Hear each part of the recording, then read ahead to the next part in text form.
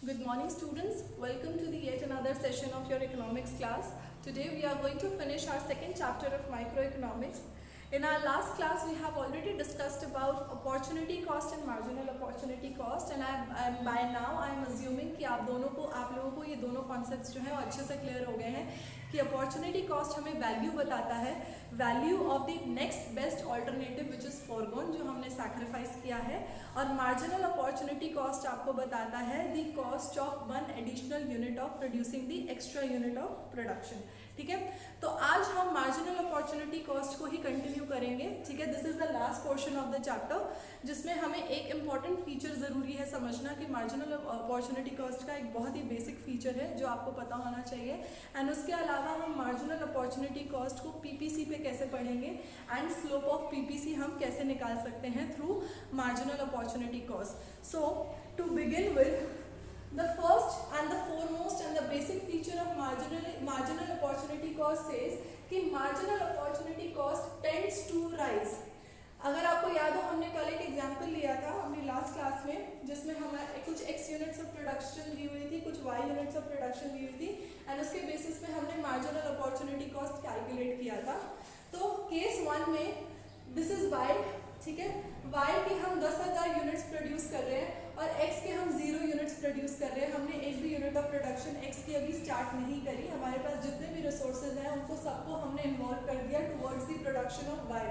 तो उस केस में हमारा मार्जिनल अपॉर्चुनिटी कॉस्ट जो है 0 रहेगा क्योंकि ना ही हमने कुछ सैक्रिफाइस किया और ना ही हमने कोई गेन किया. ठीक है, तो हम कांस्टेंट चल रहे हैं. ठीक है, in the next stage when we decided to increase the production of x by 1 unit, 0 से 1 यूनिट में जब हम आए तो हमें कुछ रिसोर्सेज विड्रॉ करने पड़े from y to support the production of x. तो एक एक्स्ट्रा यूनिट x का बनाने के लिए हमें 1000 यूनिट्स ऑफ y जो है वो सैक्रिफाइस करने पड़े. तो इस केस में हमारा जो मार्जिनल अपॉर्चुनिटी कॉस्ट है वो जो है हो गया 1000. That is change in y. Change in y is 10,000 upon 10,000 minus 9,000 which is 1000. ठीक है, एंड एक एडिशनल यूनिट ही बढ़ता जा रहा है तो आपका जो डिनोमिनेटर है वो कांस्टेंट है 1.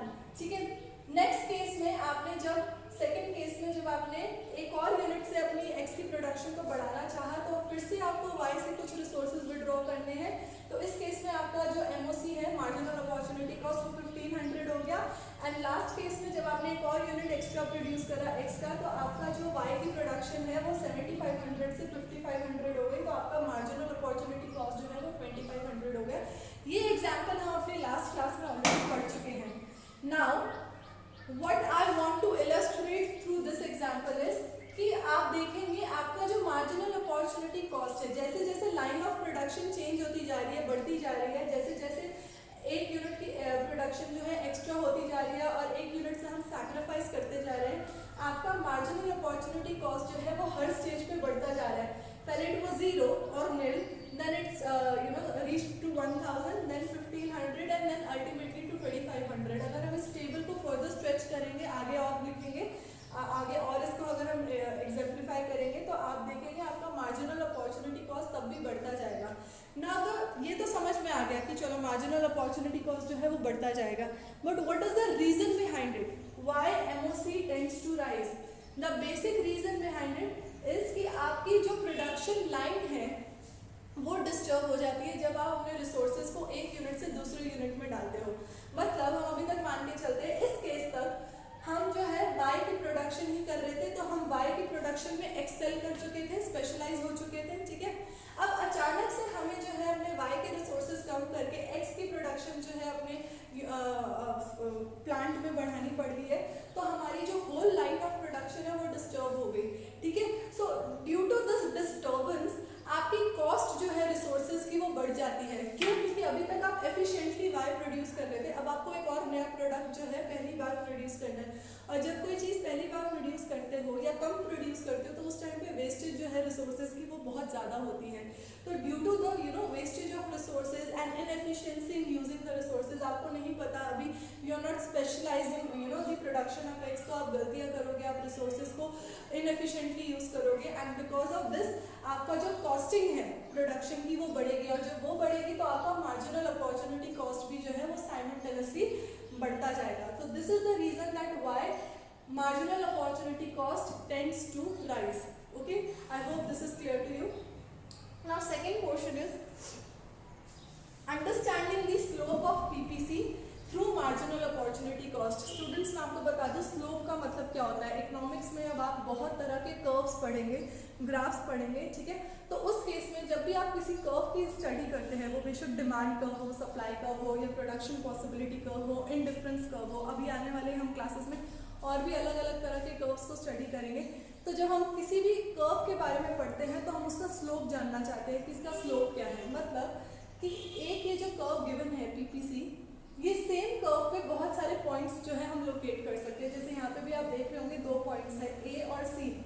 हम एक पॉइंट से दूसरे पॉइंट तक कैसे पहुंचे, that tells us the slope of that particular curve. How, let us just study about this. मैंने प्रोडक्शन पॉसिबिलिटी कर्व के थ्रू मार्जिनल अपॉर्चुनिटी कॉस्ट को इलस्ट्रेट किया है. ये हमारा प्रोडक्शन पॉसिबिलिटी कर्व है. 2 यूनिट्स हम प्रोड्यूस कर रहे हैं वाई और एक्स, ठीक है. इनिशियल प्रोडक्शन ऑफ वाई हमारी थी 0 के. हम पहले इतना वाई जो है प्रोड्यूस कर रहे थे और इतना एक्स प्रोड्यूस कर रहे थे, ठीक है. इनिशियल प्रोडक्शन ए पे हमारी प्रोडक्शन जो है वो इतनी है. ओके, अब हम एक्स की प्रोडक्शन को बढ़ा के वाई की प्रोडक्शन को कम कर रहे हैं, ठीक है. तो यहाँ पे अपॉर्चुनिटी कॉस्ट का कॉन्सेप्ट आ गया. We have reduced the units of Y from this point to this point, k से k1 पर आ गए, and we have increased the unit of production of x from L to L1, ठीक है. तो there has been loss of unit of x and gain of units of loss of units of y and gain of units of x, ठीक है.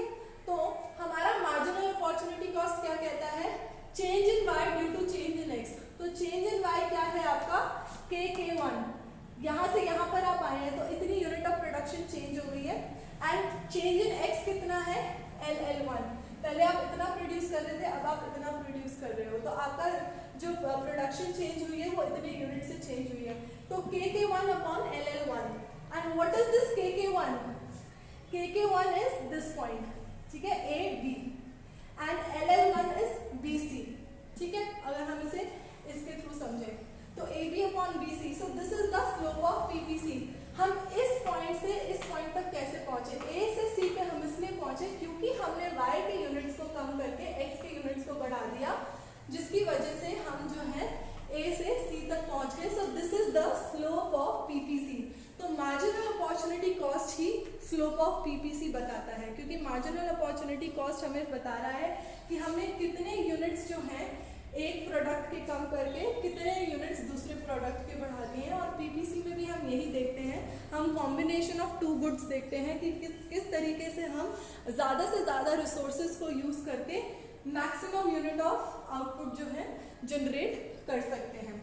So this was about the slope of PPC. This is very important from the examination point of view. So you should be knowing, you should understand.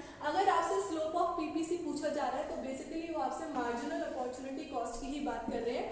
और marginal opportunity cost को हम marginal rate of transformation भी बोलते हैं, ठीक है. Because we are transforming the line of production. पहले हम सिर्फ वाई प्रोड्यूस कर रहे थे, अब हमने धीरे धीरे एक्स भी प्रोड्यूस करना स्टार्ट कर दिया है. So this was all about marginal opportunity cost and slope of PPC. With this we have finished our chapter. Now student, I have an important announcement to make. In case if you face any difficulty, आपको जो भी doubts आ रहे हैं या difficulty आ रही है अपने इस चैप्टर में या पहले जितना भी हमने अभी तक पढ़ा है, आप प्लीज़ अपने डाउट्स जो हैं मुझे थ्रू व्हाट्सएप जो है बताइए, ताकि हम उसे साथ साथ सॉल्व करते चले. क्योंकि अगर आपके बेसिक्स क्लियर नहीं होंगे तो आपको आगे आने वाले टॉपिक्स में डिफ़िकल्टी होगी, क्योंकि सब आपस में इंटर रिलेटेड है. So whenever the videos are shared with you, that is on Thursday, Friday and Saturday. So for those 3 days, आप उसी दिन शाम को जो है 5 से 6 के बीच में you can contact your teachers. So I will be available from 5 to 6 today in the evening. तो आपको जो भी डाउट्स हैं अपने, आप simultaneously मुझसे WhatsApp पे डिस्कस कर सकते हैं, ठीक है. So that was all for today. In our next class we shall begin with the new chapter. Thank you.